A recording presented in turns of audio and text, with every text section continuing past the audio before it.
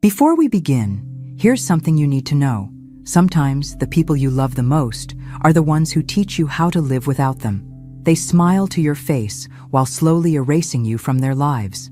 And when you finally see the truth, it's too late to be the same person again. This is the story of how I stopped being invisible and started being free. Tell me where you're watching from, and don't forget to subscribe for more real-life stories like this. My name is Margaret Whitmore.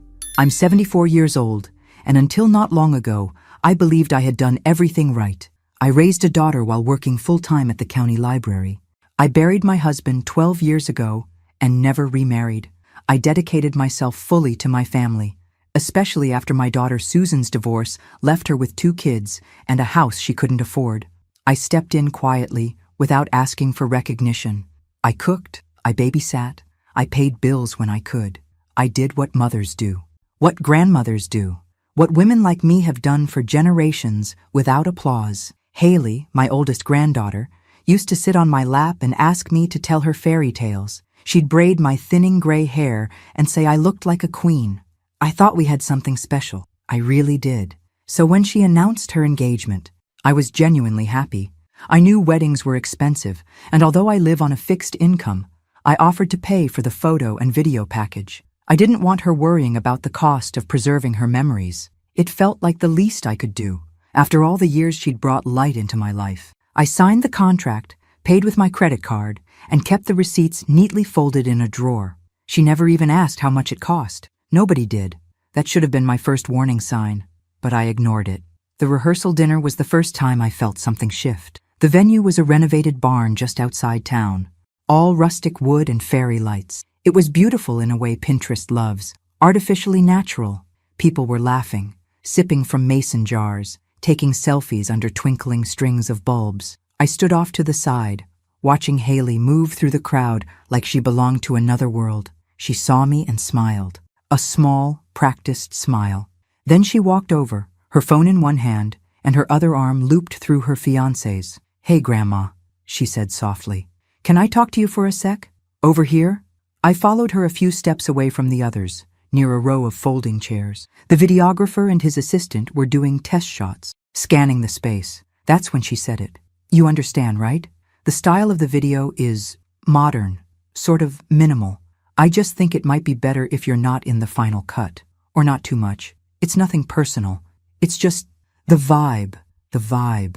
That word hit me like ice water down my spine. I looked into her eyes, searching for some kind of joke, some hint of discomfort, even shame. But all I saw was discomfort with me, with the fact that I didn't fit in her carefully curated narrative. I smiled, the kind of smile women wear when their hearts are breaking, but they don't want to cause a scene. "Of course, sweetheart," I said. "I understand." She gave me a quick hug and walked away, already on to the next thing. I stood there for a long time, pretending to look at centerpieces, my hands trembling. That night, I sat at my kitchen table with the receipts spread out in front of me. I read every line of the contract. I called the videographer's office and asked about their cancellation policy. They were polite, even sympathetic. The service hadn't been performed yet. Canceling now was well within the agreement. I wouldn't get everything back, but most of it. Enough. I hung up the phone and looked around my empty living room. The photos on the walls, the books I'd read to my grandchildren, the armchair where I used to rock Haley to sleep, all of it suddenly felt like set dressing. Not real, not mine. The next morning, I sent the cancellation email. I didn't tell anyone. Not my daughter, not Haley, not even the neighbor who brings me homemade cookies every Christmas. I simply erased myself. If I was going to be invisible in their story, then so be it. Let there be no story at all. And still, I hoped, deep down, I was wrong about them. But I wasn't. And what happened next confirmed everything I never wanted to believe. After the rehearsal, I barely slept. I stared at the ceiling most of the night, listening to the soft hum of my old refrigerator and the occasional creak of the wooden floorboards. My heart wasn't just heavy, it was humiliated. I didn't know what hurt more. The way Haley dismissed me, or how easily it seemed to roll off Susan's back. The next morning, I tried to convince myself it was nothing. Maybe she hadn't meant it that way. Maybe it was just wedding stress, too much pressure from the Instagram generation. But the knot in my chest told another story. I needed to talk to someone. I needed to believe that I wasn't going crazy, so I called Susan. She picked up on the third ring, her voice chipper and distracted. "Hey, Mom, everything okay?" I hesitated. "Can we talk for a moment? About yesterday?" A pause. "About what exactly?" "About what Haley said. At the rehearsal, she asked me to stay out of the wedding video because I ruined the vibe." Another pause, then a sigh. "Oh, Mom, don't make this a thing. It's just the aesthetic she's going for. You know how these kids are today." She didn't mean it as an insult. I sat silently, absorbing her words. "You didn't defend me," I finally said. Susan laughed softly, like I was being dramatic. "It's her wedding, Mom. Let's not turn it into your moment." And that was it. It wasn't just Haley. It wasn't a slip or a moment of stress. This was how they saw me. An accessory, optional. And if I didn't fit the look, I was just cut. I thanked Susan and hung up before I said something I couldn't take back. Then I stood in the kitchen, looking at my reflection in the toaster, wondering how I had gone from being the woman who raised her daughter alone while working double shifts to someone who didn't belong in her granddaughter's wedding video. And I'll admit something I'm not proud of. I cried, quietly, alone.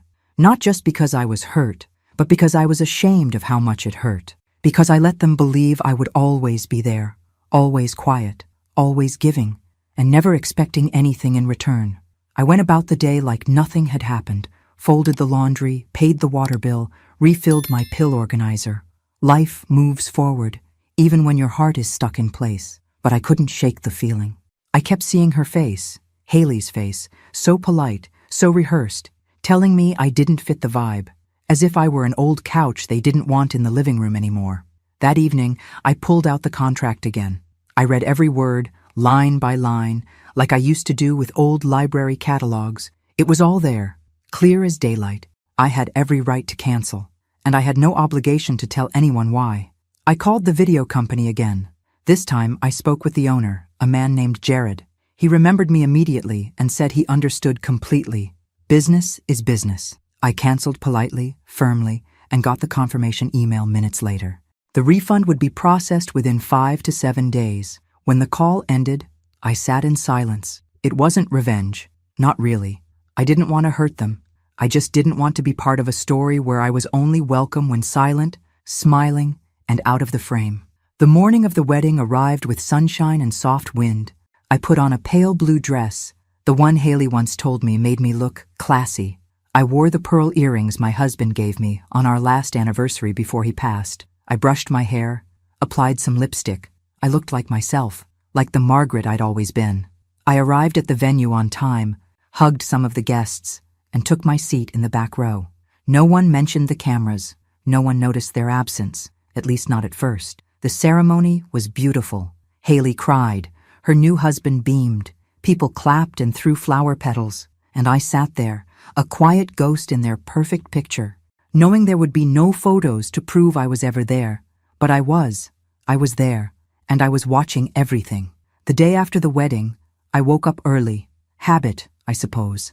For 74 years, life has trained me to rise before the sun. I stood at the window with my coffee, watching the light creep across the yard. The bird feeder needed refilling. The roses needed trimming. The world moved on, indifferent to what had happened. I sat at the table, thinking maybe, just maybe, no one had noticed. Maybe they assumed the videographers were somewhere else, out of sight, doing their work quietly. That hope didn't last long. Around 9 a.m., my phone rang. It was Haley. I answered, already knowing her voice wouldn't be kind. "Grandma," she snapped, not even trying to sound polite. "What did you do?" My chest tightened. "Good morning to you too, sweetheart. Don't play dumb. Where were the cameras yesterday? Why isn't there a single professional photo from the ceremony?" There it was. "I canceled the contract," I said evenly. "I paid for it. I had the right." "You... what?" Her voice cracked. "You canceled the whole photo and video team? Why would you do that?" "You told me not to be in the video, Haley," I said. "You said I didn't match the vibe. I figured I shouldn't ruin it for anyone." There was silence on the other end, thick and burning. I could hear her breathing hard, the kind of breath that comes from someone used to control and suddenly realizing they've lost it. "You ruined everything," she whispered. "Everything. This was the most important day of my life. I closed my eyes. You told me I didn't belong in it. You're so selfish, she hissed, and hung up. I stared at the phone for a long time after that. I knew the fallout was coming, but I didn't expect it to be so instant, so venomous. It wasn't just disappointment. It was hate from someone I loved more than words. By the afternoon, Susan called. Her tone was colder than winter. What the hell were you thinking? Mom? I was thinking I didn't want to spend thousands of dollars to be excluded. You did this to punish her. Admit it. I swallowed hard. I did it to respect her wishes. She didn't want me to be seen, so I made sure I wouldn't be. You're unbelievable, she said. All these years we've taken care of you. I cut her off. Taken care of me? Susan, I've paid your rent more times than I can count. I watched your kids so you could go back to work. I paid for braces, sports uniforms, plane tickets, and now this wedding package. I never asked for thanks, but don't pretend you carried me. I carried all of you. There was a stunned silence on her end. I need to go, she finally muttered, and hung up. By the end of the day, Haley had blocked me on Instagram. Susan hadn't returned my texts. Even my younger grandchildren stopped responding to my weekly Sunday messages. I became radioactive. Not a person, just a problem. I tried not to cry. I tried to convince myself it didn't matter. But it did, because all those years I told myself I was loved, that we were a family. They were built on silence, on me saying yes, on me swallowing pain, on me pretending that being ignored was okay. It wasn't okay. It had never been. The days that followed were quiet, oppressively so. No calls, no visits. I didn't hear from anyone, not even neighbors who usually waved. Maybe word had spread. Maybe people were giving me space. What I had now wasn't space. It was erasure. And in that silence, something inside me shifted. For the first time, I asked myself what it would look like to live without them. Not just physically, but emotionally. To stop bending, to stop apologizing for existing. And with that, I began to make decisions. Not out of rage, out of clarity. Você diz, 1. O ChatGPT disse, Chapter 4. The silence didn't scare me anymore. It became honest. For once, I wasn't pretending everything was fine. I wasn't filling gaps with casseroles and birthday cards. I wasn't trying to earn love with bank transfers and baked goods. The phone didn't ring. No one came by. And strangely, the quiet felt cleaner than the noise ever had. But the world doesn't stay quiet for long, especially not after a wedding with no video. By the middle of the week, the ripple began. It started small. A message on Facebook from a distant cousin asking why Haley hadn't posted any pictures yet. Then came a comment under one of Susan's photos. Can't wait to see the wedding video. There was no video. That's when the calls resumed. Not to talk, but to attack. Susan's voice, sharp and short. You need to fix this, Mom. Call the company and rebook. I can't, I said. The wedding is over. Then call them and see if they can do something. A photo shoot, a recreation, anything. It's not my responsibility anymore, I said, and meant it. She hung up without saying goodbye. 2 days later, Haley showed up at my doorstep. I hadn't seen her since the wedding. Her eyes were red from crying, her voice cracked and tired. Why would you do this to me? She asked. Why would you take this away? I invited her in. She refused. You could have told me. You could have said something. I looked her in the eye, my voice even. Would you have listened? She hesitated. Her mouth opened, then closed. She didn't answer. I did everything I could for this family, I said, my voice steady. But I won't pay to be erased. You weren't erased, she snapped. You asked me not to appear. That's the same thing. Tears welled up in her eyes, but they weren't the kind I recognized. Not grief, not regret, frustration, embarrassment. I needed this to be perfect, she whispered, and I needed to stop pretending I didn't matter. Haley turned and walked away. She didn't look back. Later that night, I received an email. It was from the wedding photographer, someone Haley must have hired independently for a few shots. They wanted to confirm if I had canceled the original package. I replied simply, yes, I paid for it. I canceled it. That's all. A day later, a new post went up on Haley's profile. A blurry photo taken by a guest. The caption read, even when things don't go as planned, love wins. The comment section lit up with sympathy. Did your photographer mess up? Why isn't there a video? Still waiting for the real pics. She didn't reply to anyone, and neither did I. But I noticed something. No one had called to ask why I canceled. They didn't want the truth. They wanted a villain. So I gave them one. I returned to my quiet house, made myself tea, and opened a book I hadn't touched in years. It was a collection of essays by women over 70, raw, beautiful, unapologetic voices. I read one line over and over again until it stitched itself into me. You can love people who never deserved your silence. And with that, I made a list. Not of people, of payments. The rent I'd covered, the phone plans I paid, the monthly deposits into Haley's account, birthday money, holiday help, grocery gift cards, all of it. Not out of bitterness, but to see the weight I had been carrying, and to finally let it go. The next Sunday, I didn't send my usual morning texts. For years, every Sunday like clockwork, I messaged each of my grandchildren, Haley, Dylan, and Olivia. A quick hello, a memory, a picture of something I'd baked, or a quote I found in a book. It was my little way of staying in their lives. But not this Sunday. I stared at my phone, the empty text thread taunting me. I set it down, then turned it face down. Not one of them had messaged me first, not even once. By Tuesday, I was completely cut off. No calls, no visits. Haley had blocked me. Susan was cold and distant. Dylan and Olivia didn't answer. I was being slowly erased from my own family, like a stain they wanted to scrub out of the narrative. I went to the grocery store that afternoon and ran into an old neighbor, Janice. She smiled. Hey, Margaret, I saw the pictures from Haley's wedding. Looked beautiful, but no video? What happened? I froze. My smile was tight. They decided not to have one. Oh, she said, clearly sensing the tension. Well, these kids today, right? Everything's different now. Different. Yes. That night I sat in my living room, staring at the silence. There was a time when I believed silence was peace. But silence, when it's forced on you, becomes something else entirely. It becomes proof of how easily people can pretend you never mattered. I opened my banking app. I stared at the automatic transfers scheduled for the beginning of the month. $650 to Susan. Temporary rent help. $85 to Haley, part of her cell phone bill. $200 to Dylan for his car insurance. I had been quietly supporting their lives for years. Not because they asked, because I loved them. Because that's what I was taught to do. Keep the family together, fill the gaps, smooth the wrinkles no one wants to see. But I wasn't smoothing anymore. I was disappearing. So I turned them off, one by one, canceled the payments, closed the shared family phone plan, ended the automatic gifts, not as punishment, as closure. I didn't send a message. I didn't explain. I just let it go. 3 days later, I received a message from Susan. Short, cold. Did you forget to send the rent this month? I waited, watched the screen. She didn't follow up with a question, didn't ask how I was, didn't say she missed me. Just that, did you forget? I replied, no.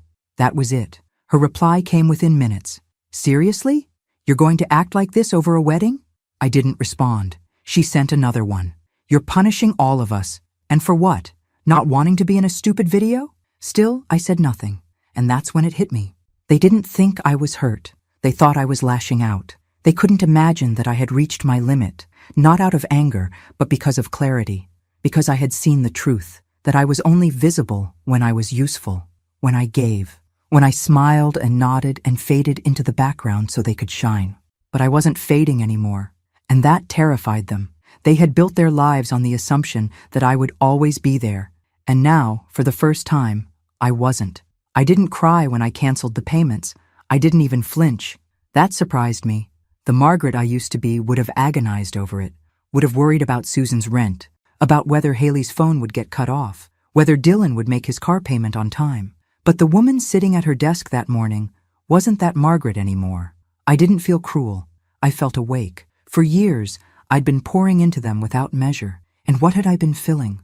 A hole that never closed, a thirst that never eased. They never thanked me. Not once. Not truly. And I don't mean the polite thanks, Grandma.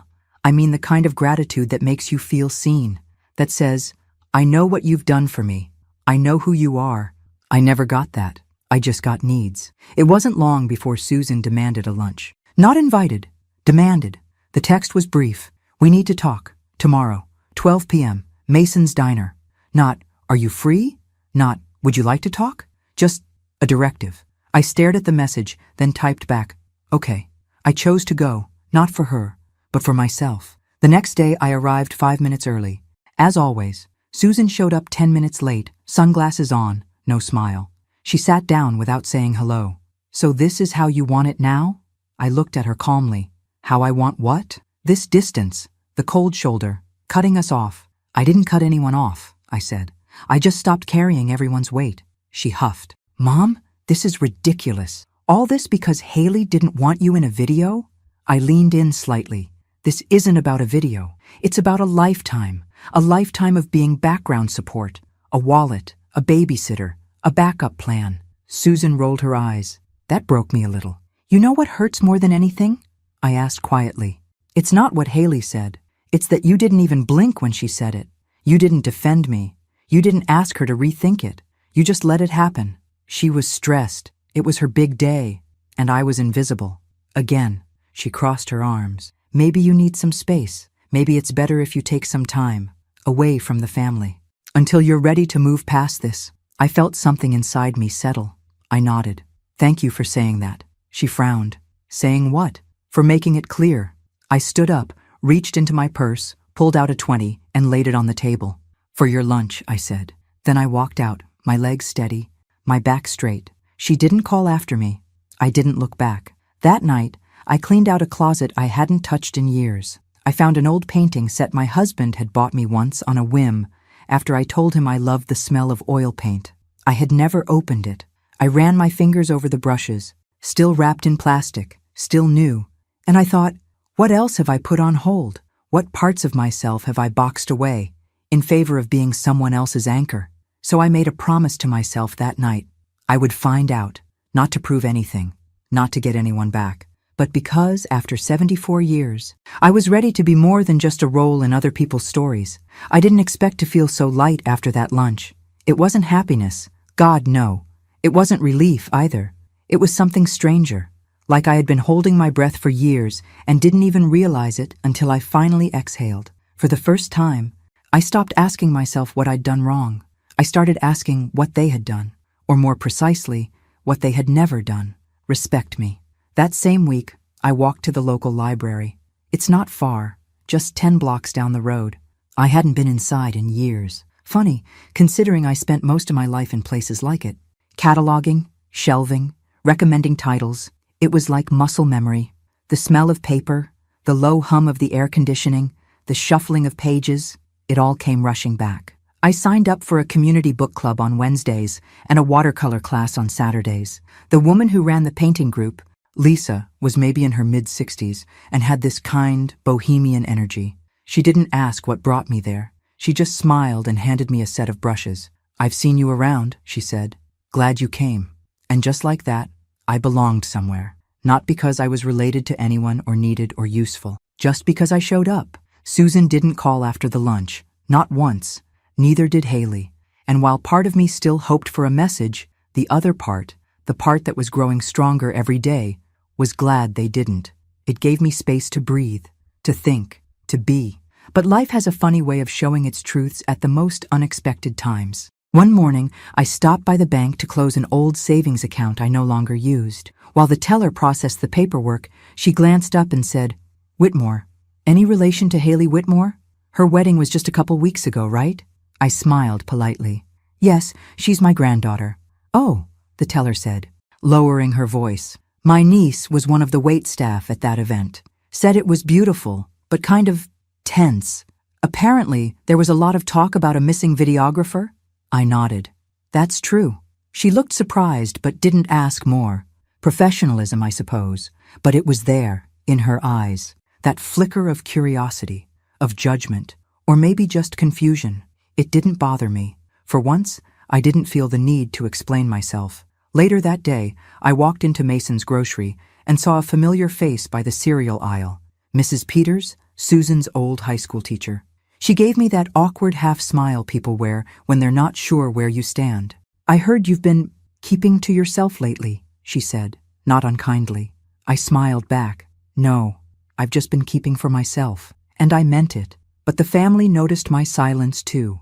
It started small, Susan's husband, her second one, called, asking about a tax document I had once helped him find.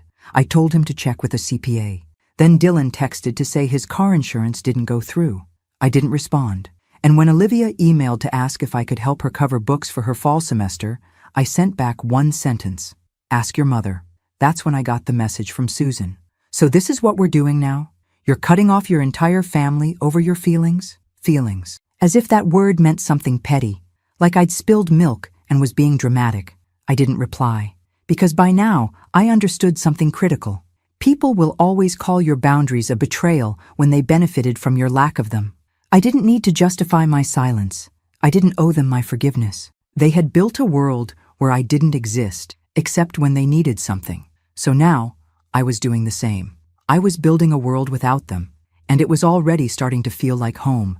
It's strange how quickly a routine can shift. 1 month ago, I would have spent my mornings transferring money, checking in on Susan's bills, texting Haley reminders, double-checking Dylan's college account. I called it help. But now, looking back, I realize it wasn't help. It was survival. It was how I bought my place in a family that never offered one freely. Now, my mornings look different. They started with warm tea instead of stress, with a paintbrush in hand instead of a debit card, with silence. Not the cold silence they had forced on me, but a gentle, welcome kind. The kind where you can hear yourself again. I had been going to the library 3 times a week. On Wednesdays we read. On Saturdays we painted. On the other days, I wandered through the shelves, through memories, through possibilities. One day, Lisa from the painting class approached me after the session. "You ever think about doing a gallery night?" she asked. "The local arts center lets seniors reserve space once a season. Your work has soul." I blinked at her. Stunned. "You think people would want to see it?" She smiled. "I think people need to see it." That night, I stood in front of the canvas I'd been working on for 3 weeks.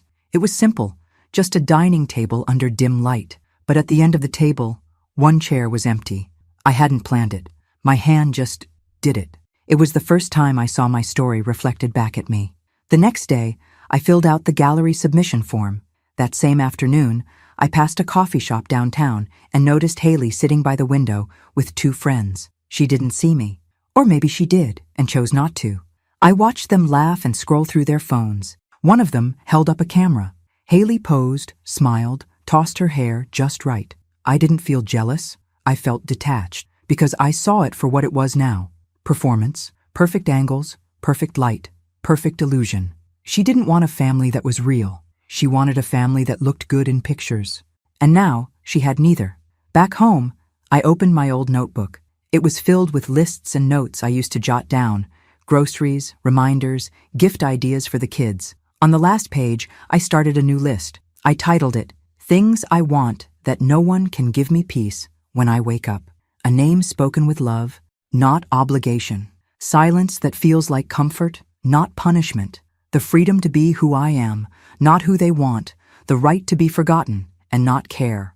I sat back and looked at that list. Not one thing on it had a dollar sign. Not one could be bought or owed. It was mine, all mine. And for the first time in my life, that felt like enough. I never meant to hear about Haley's reenactment. But this town isn't very big. 2 women in my painting class were chatting near the window, brushes in hand, canvases forgotten. "I heard she hired a whole new team," one of them said. "Some kind of stylized wedding shoot, like a redo, but for Instagram." "Wasn't the wedding just a month ago?" the other asked. "Yeah, but apparently her grandma ruined it or something. No video, no professional photos. She's devastated." I didn't say a word. I dipped my brush in blue, then gray, then a soft gold, and dragged the color across the canvas. But inside, I was still. Not proud, not angry, just still. That night, curiosity got the best of me. I typed Haley's name into Instagram. Her account was public again. There it was. A carousel of perfectly posed images. She was in her dress again, standing in a field of tall grass, backlit by sunset. Her husband was beside her, dressed in a new suit. The caption read, "Sometimes life gives you a second chance to tell your story right." Thousands of likes, hundreds of comments, all filled with admiration. So dreamy, literal fairy tale vibes. "Where did you get this lighting?" I studied every frame. And in everyone, I noticed the same thing. Something missing. Joy. There were smiles, sure, but the kind that live on camera and vanish in real life. There was no grandmother holding her hand, no mother brushing tears away, no candid moments, just staging, just angles, just performance. I closed the app. She hadn't just tried to replace the lost footage, she tried to erase what couldn't be controlled. And maybe she succeeded, but I wasn't the one who lost something permanent. She was. She could redo the pictures, recreate the poses, reconstruct the setting, but she couldn't fake the emotion that came from belonging, from connection, from the history that made a moment meaningful. And I realized something right then. Haley hadn't blocked me from her video because I ruined the vibe. She blocked me because I didn't fit her illusion. I was too real, too old, too much of a reminder that life isn't filtered and family isn't curated. And she didn't want that truth documented. She wanted a fantasy, so she built one. Let her have it, because I finally had something better. Not everyone would understand what I did. Not everyone needed to. But deep down, I knew. I hadn't ruined her wedding. I had saved myself. It started small. An email from Susan's landlord to her old AOL account, one I helped her set up when she was 32. It had bounced back, then been forwarded to me by mistake. The message read, "Final notice, rent overdue, payment not received for the second month in a row." A ripple in the surface. Then came the voicemail from Dylan. I hadn't heard his voice in months. He didn't say, "Hi, Grandma." He didn't ask how I was. He just said, "Hey, I think there was a mistake with the car insurance. The payment bounced, and they're saying the policy is suspended. Can you look into it?" I didn't respond. Then Susan herself broke the silence, this time with an email, cold and clipped. Subject, disappointing body. I hope you're satisfied. Everything's a mess now, and you've made your point. That was it. No apology, no reflection, no acknowledgement, just blame. I didn't reply. Instead, I sat in my backyard that evening, watching the sky burn orange as the sun dropped behind the treetops. I listened to the rustle of the wind and the rhythm of crickets warming up for the night. I used to spend evenings like that doing online bill payments for Susan, organizing gift cards for the grandkids, researching scholarships, always fixing, filling, fussing over every part of their lives but my own. Now, I was just there, present, whole, and they were crumbling. I had never intended for that to happen. But there it was, the quiet collapse of a structure that had relied entirely on me staying silent and generous and small. The next morning, I went into town for a few groceries. As I walked past the cafe, I saw Susan inside. Her hair was pulled back too tightly, her eyes tired, her phone in her hand. She looked up, saw me through the window. We locked eyes. She didn't wave, neither did I. And that moment was more honest than any conversation we'd had in years. She had never been angry because I hurt her. She was angry because I stopped enabling her. A week later, Olivia sent me a text. It was different from the others. "Grandma, I miss you. I don't know what's going on, but I hope you're okay. I'd like to visit sometime if that's okay." It was the first real message I'd received in months. I didn't reply right away, not out of pettiness, out of caution, because for the first time in my life, I wasn't willing to be a doormat for someone's guilt. I needed to know that if Olivia came to see me, she wasn't doing it for her mother, or to play peacemaker, or to soften me up. She had to come because she saw me, not because I owed her anything, not because I was a soft place to land when things got hard. So I waited. And that silence? It didn't hurt anymore. It healed. I knew the invitation would come eventually. It arrived on a Thursday afternoon in a pale pink envelope, like it had been chosen by a wedding planner. Inside was a card, thick and perfumed, with embossed lettering. "Family lunch, Saturday at 1 p.m. Let's reconnect. We miss you." No names, no apology, no explanation, just branding. I stared at the card for a long time. My first instinct was to cry, not because I was touched, but because they still didn't understand. This wasn't a lunch. It was a strategy, a performance for optics, a staged reunion, something to post about, to tell others that we worked it out like families always do. I could already see the caption in Susan's voice, "Grateful for forgiveness and second chances, family over everything."